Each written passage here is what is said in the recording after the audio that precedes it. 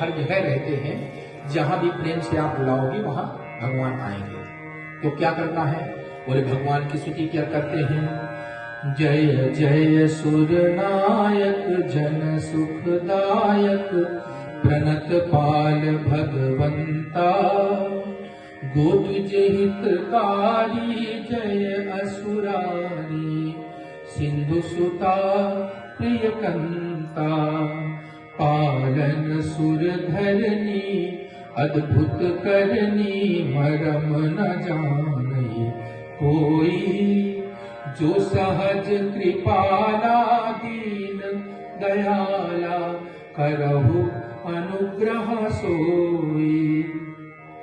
जय सब घटवासी जय अविनाशी व्यापक परमानंदा, अभिगत गोतीतम चरित पुनीतम माया रहित मुकुंदा। श्री राम जी की स्तुति की है भगवान की। तो भगवान ने कहा कि जनि डर बहु मुनि सिद्ध सुरेशा, तुम ही लागी धरि हो नर बेसा। तुम लोग भयभीत ना हो, तुम्हारे लिए मैं मानव शरीर धारण करूंगा। लोग समझ बैठते ना कि भगवान मानव है, भगवान मानव नहीं है। उन्होंने मानव शरीर धारण किया है। तो बोले कि अनसन सहित मनुज अवतारा, लइहो दिन कर वंश उदारा। कैसे अवतार लूंगा मैं अपने अंशों के सहित अवतरित होऊंगा इस भूमंडल पर। किसको मैंने वरदान दिया है?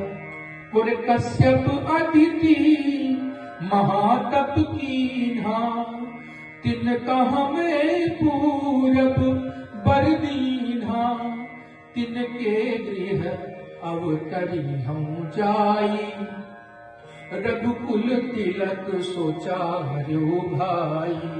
कश्यप अदिति जो दशरथ और कौशल्या बने हैं, मैं उनके यहाँ अवतार लूंगा, ऐसा भगवान ने कह दिया है। तो ब्रह्मा जी ने कहा समस्त देवताओं से कि जब भगवान श्री राम को आना ही है तो आप लोग बंदर का वेश बना करके, भालू का वेश बना करके राम जी के आने की प्रतीक्षा करो, यदि सबको रावण के आतंक से मुक्ति चाहिए तो। इधर स्थिति ये है कि अयोध्या नगरी में दशरथ नाम के राजा निवास करते हैं। तो दशरथ नाम के राजा निवास करते हैं, उनके 3 रानियां हैं। 3 रानियां कौन कौन सी हैं? बोले कौशल्या, कैकेयी और सुमित्रा। तीनों रानियां हैं। राजा बड़े प्रतापी हैं और बड़े पुण्यात्मा हैं, बहुत वेदज्ञ भी हैं, ज्ञानी हैं। परंतु काफी समय व्यतीत हो गया है, उनको कोई संतान नहीं हुई। पर राजा दशरथ ने ध्यान नहीं दिया, कोई बात नहीं है। अब भगवान की मर्जी समझ करके उन्होंने उसको छोड़ दिया। अब दशरथ जी के अंदर इतना प्रताप था कि देवराज इंद्र भी इनको अपनी सहायता के लिए बुलाया करते थे। तो दशरथ जी जब कभी भी देवासुर संग्राम होता था तो देवताओं की ओर से लड़ने जाते थे इंद्र के पास। तो एक बार देवासुर संग्राम हुआ, वहां पर दशरथ जी गए हैं और दशरथ जी ने इंद्र को असुरों से विजय दिला दी। इसके बाद में इंद्र सामने तो बहुत उनका आदर कर रहा है, सामने उसने क्या किया कि अपने आसन पर दशरथ जी को बैठाया। उसने मित्र मानता है दशरथ जी को, और एक माला समर्पित की उसने, और दशरथ जी ने वो माला उतार करके उसी सिंहासन में रख दी।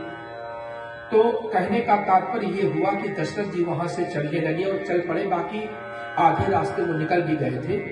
इधर उनको स्मरण आया कि मैंने अपनी एक माला वहां पर छोड़ दी है, तो लौटे वो माला लेने के लिए।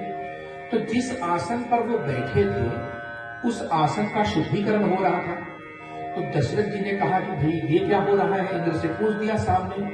तो कुछ ऋषियों ने कहा, कुछ देवताओं ने कहा, महाराज बुरा न मानिए, आपके कोई संतान नहीं है, आप संतानहीन व्यक्ति हैं, इसलिए इंद्र जो है इसको पवित्र करा रहे हैं। तो ऐसे ही श्री रामचरितमानस में लिखा है कि एक बार भूपति मन माही। तो ग्लानि तो हमेशा होती होगी दशरथ जी को, लेकिन आज विशेष ग्लानि हुई उनको जब किसी ने कुछ कहा उनको।